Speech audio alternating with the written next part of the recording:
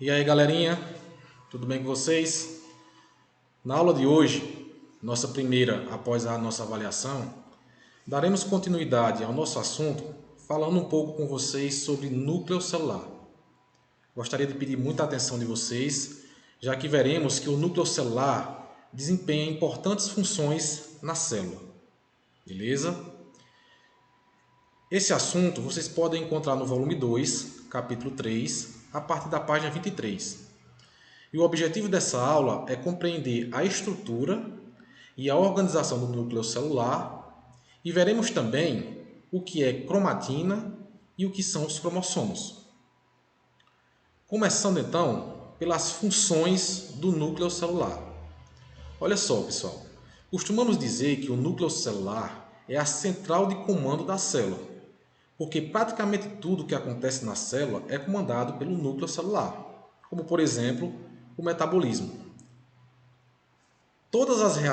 Praticamente todas as reações que acontecem dentro da célula é comandada pelo núcleo, como por exemplo a síntese de proteínas, síntese de lipídios, é comandada então pelo núcleo. Outra função importante do núcleo é o armazenamento de informações genéticas, ou seja, dentro do núcleo vai encontrar o material genético da célula. E veremos adiante que essa função é muito importante no processo de divisão celular. Antes de falar diretamente do núcleo, vamos ver que as células elas podem ser classificadas de acordo com a presença ou a ausência do núcleo. Como nós vimos, nós temos basicamente dois tipos de células: as células eucarióticas e as células procarióticas. As células eucarióticas elas possuem núcleo organizado, o núcleo que é delimitado por uma membrana chamada carioteca, onde está localizado o material genético. Vimos também que as células procarióticas elas não apresentam um núcleo organizado, ou seja, o seu material genético vai estar disperso no citoplasma. Também devemos falar a classificação das células de acordo com o número de núcleos. As células elas podem apresentar apenas um núcleo e também vários núcleos, dependendo do tipo celular. Por exemplo, nós temos as células do tecido epitelial. As células do tecido epitelial elas apresentam apenas um núcleo, portanto são mononucleadas. Já as células hepáticas apresentam dois núcleos e são então binucleadas. As células da fibra muscular estriada esquelética apresentam vários núcleos, portanto são multinucleadas. Temos também as hemácias. As hemácias elas não apresentam núcleo, portanto são chamadas de anucleadas. Ainda sobre o núcleo, olha só, pessoal, as células elas podem apresentar diversos formatos de núcleo. Geralmente o núcleo ele é arredondado, mas pode apresentar outras formas dependendo do tipo celular, como por exemplo formas ovoides, elípticas, ramificadas e também irregulares. Alguns núcleos eles são irregulares, beleza? Continuando, falar para vocês aqui um pouco sobre a história do núcleo. Olha só, o núcleo ele foi descrito pela primeira vez de forma bem detalhada em 1831 por um cientista escocês chamado Robert Brown. Anos depois, outro cientista italiano chamado de Balbiani, ele realizou algumas experiências, uma experiência bem simples, para demonstrar a importância do núcleo. Olha só, observem o desenho. Balbiani seccionou uma ameba, ou seja, cortou essa ameba em duas partes, onde nós temos um fragmento nucleado e outro fragmento anucleado. Balbiani percebeu que o fragmento nucleado, ou seja, que possuía núcleo, ele conseguiu se regenerar, certo? E sobreviver. Já o fragmento anucleado não se regenerou e, portanto, chegou até a morte. Nessa mesma experiência, Balbiani, usando outras amebas, realizou um transplante de núcleo de uma ameba para um segmento anucleado e chegou à conclusão que esse segmento ele conseguiu se regenerar e então sobreviver. A partir dessa simples experiência, Balbiani conseguiu comprovar a importância do núcleo para a célula. já que nós acabamos de ver que o núcleo ele comanda toda a célula. Para entender o núcleo, pessoal, nós também precisamos entender que o núcleo ele apresenta fases. E são basicamente duas: o núcleo interfásico e o núcleo mitótico. O núcleo interfásico é bem fácil de vocês entenderem. É o núcleo que a célula apresenta entre duas divisões celulares. Esse núcleo ele apresenta algumas estruturas, como por exemplo a carioteca ou o envoltório nuclear, certo? Durante a interfase, o envoltório nuclear ele se apresenta bem definido, como vocês podem ver, certo? Ele apresenta poros, nós vamos falar mais adiante sobre os poros. Apresenta também uma estrutura chamada de nucleolo. O nucleolo é um corpúsculo denso, geralmente esférico, que é responsável pela formação dos ribossomos. Temos também, no núcleo interfásico, a cromatina. A cromatina nada mais é do que o material genético. E se vocês observarem, no núcleo interfásico, ela apresenta, como vocês podem observar aqui na imagem, ela apresenta esticada, que nós chamamos de descondensada. A cromatina ela se divide em duas, pode ser heterocromatina ou eucromatina, certo? Além dessas estruturas, nós também temos os carioplasma ou nucleoplasma, que é o líquido viscoso que preenche o núcleo. É um líquido semelhante ao citoplasma, constituído basicamente por água, proteínas, enzimas e também alguns íons. Beleza? Já o núcleo mitótico é o núcleo que a célula apresenta durante a divisão celular e é formado basicamente por cromossomos. Mas Henrique, como assim por cromossomos? Somente por cromossomos? Olha só, pessoal, durante a divisão celular, estruturas como a carioteca e os nucléolos, eles simplesmente desaparecem. E a cromatina, que ela se apresenta de forma descondensada, ela vai se condensar e formar então os cromossomos, formando então o núcleo mitótico. Beleza? Continuando, agora o envoltório nuclear. O envoltório nuclear, ele também é chamado de membrana nuclear. É uma membrana formada por uma dupla camada lipoproteica, bem semelhante à membrana plasmática, certo? Apresenta duas partes, a parte interna e a parte externa. A parte interna é formada por filamentos proteicos, que tem como principal função dar forma e sustentação ao núcleo.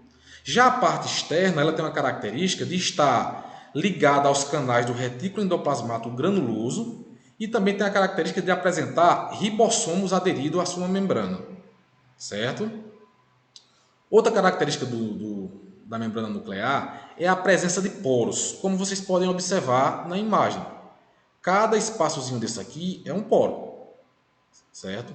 Esses poros têm como principal função o transporte de moléculas, transporte de macromoléculas, ou seja, transporte de substância do núcleo para o citoplasma e do citoplasma para o núcleo. Como, por exemplo, nós temos o RNA, que é produzido no núcleo e é encaminhado então para o citoplasma. As proteínas, que são enviadas do citoplasma para o núcleo. Interessante falar para vocês também que a quantidade de poros depende da atividade metabólica dessa célula. Quanto maior a atividade metabólica celular, maior a quantidade de poros. Como, por exemplo, se nós pegarmos células musculares, células nervosas e células hepáticas, que são células que apresentam uma intensa atividade metabólica, elas vão apresentar então uma grande quantidade de poros e vai ocorrer também uma grande circulação de substâncias do núcleo para o citoplasma e do citoplasma para o núcleo. Lembrando também, pessoal, que eu já falei para vocês que no período de divisão celular, a membrana nuclear ela desaparece, ok? Agora vamos falar sobre a cromatina e os cromossomos. Olha só, pessoal, tanto a cromatina como os cromossomos são constituídos pelo mesmo material, que é o nosso DNA, ou seja, o nosso material genético. A diferença é a forma como elas se apresentam nos diferentes momentos do ciclo celular.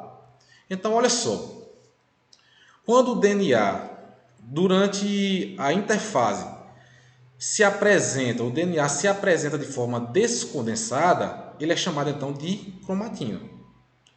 Quando o material genético se apresenta durante a divisão celular de forma condensada, então ele é chamado de quê? De cromossomos. Certo? A cromatina, então, ela é um filamento de DNA que nós encontramos no período da interfase, certo? E pode ser de dois tipos, a heterocromatina e a eucromatina.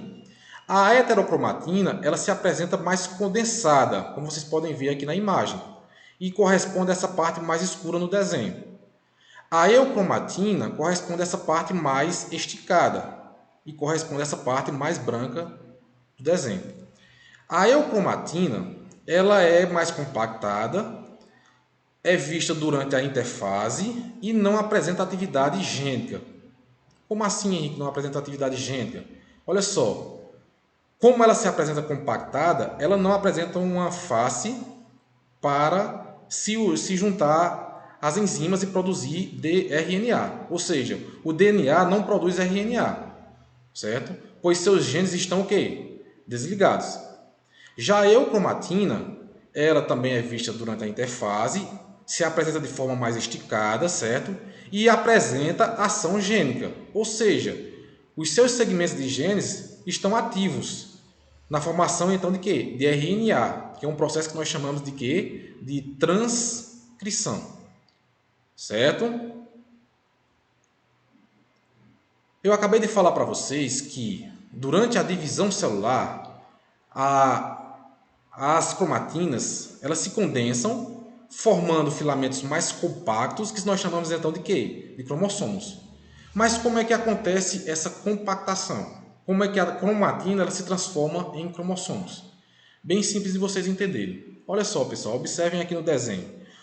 O DNA ele está unido, ou seja, se encontra unido a moléculas de proteínas chamadas de histonas. Durante o processo de divisão celular, a fita de DNA se enrola na proteína de histona, formando estruturas chamadas de nucleossomos. Esses nucleossomos eles se unem de 6 a 7 nucleossomos e formam outra estrutura chamada de solenoides. Esses solenoides formam o que nós chamamos de fibra de cromatina e é a partir desse momento que o cromossomo começa então a ser visualizado. Então, a cromatina ela se condensa e forma o cromossomo. O cromossomo, como a gente acabou de falar, é a cromatina condensada e que são observados durante o quê? A divisão celular. Aí, olha só, antes de começar a divisão celular, o cromossomo ele se duplica, que nós chamamos de replicação. Nós temos os dois cromossomos simples, que eles sofrem duplicação do seu material genético, formando dois filamentos idênticos, chamados de cromátides irmãs. Essas duas cromátides elas estão unidas por um pequeno estrangulamento, que nós chamamos aqui no centro, que nós chamamos de centrômero, e formando então os braços. Nós temos aqui do lado a estrutura de um cromossomo, onde nós temos aqui uma cromátide de um lado e a cromátide do outro lado. A formação do centrômero, que nós chamamos também de constrição primária, e a formação também de braços. Outra estrutura bem interessante do cromossomo é o que nós chamamos de telômeros. Os telômeros são uma capa protetora da extremidade dos cromossomos. Como vocês podem ver aqui na imagem, na extremidade de cada dos cromossomos nós temos uma proteção, uma capa protetora que nós chamamos de telômero. Esse telômero ele tem duas funções principais. É impedir a fusão, ou seja, a união de terminais de diferentes cromossomos, e também a degradação por enzimas. Lembrando que a destruição dos telômeros pode causar a morte celular. Outra estrutura também do cromossomo, que é importante a gente falar, é a chamada zona SAT ou satélites. Essa estrutura é uma constrição secundária, certo? Que acontece no cromossomo, e ela tem como principal função a reconstituição do nucleus no final da divisão celular. Nós vimos que no núcleo interfásico existe a carioteca, os nucléolos e também a cromatina. No processo de divisão celular, os nucléolos desaparecem e também a carioteca. Então, os satélites eles são responsáveis pela reconstituição dos nucléolos no final da divisão celular. Para finalizar, nós temos aqui agora a classificação dos cromossomos. Basicamente, nós temos 4 tipos de cromossomos: o metacêntrico, submetacêntricos, acrocêntricos e os telocêntricos. Olha só, os metacêntricos, eles apresentam o centrômero na parte central, certo? E o cromossomo apresenta braços de igual tamanho. O submetacêntrico apresenta o centrômero mais para uma extremidade e os braços apresentam diferentes tamanhos. O acrocêntrico, o centrômero está quase na extremidade e a diferença entre os braços é bem visível. Interessante que os acrocêntricos, esse tipo de cromossomo, eles podem apresentar a região SAT, que a gente acabou de ver. E por fim, nós temos os telocêntricos, que são cromossomos que apresentam centrômero na extremidade. Esse tipo de cromossomo, ele não é encontrado na espécie humana e apresenta 2 braços de tamanho bem maior. Beleza então, pessoal? Por hoje é só. Obrigado e até a próxima.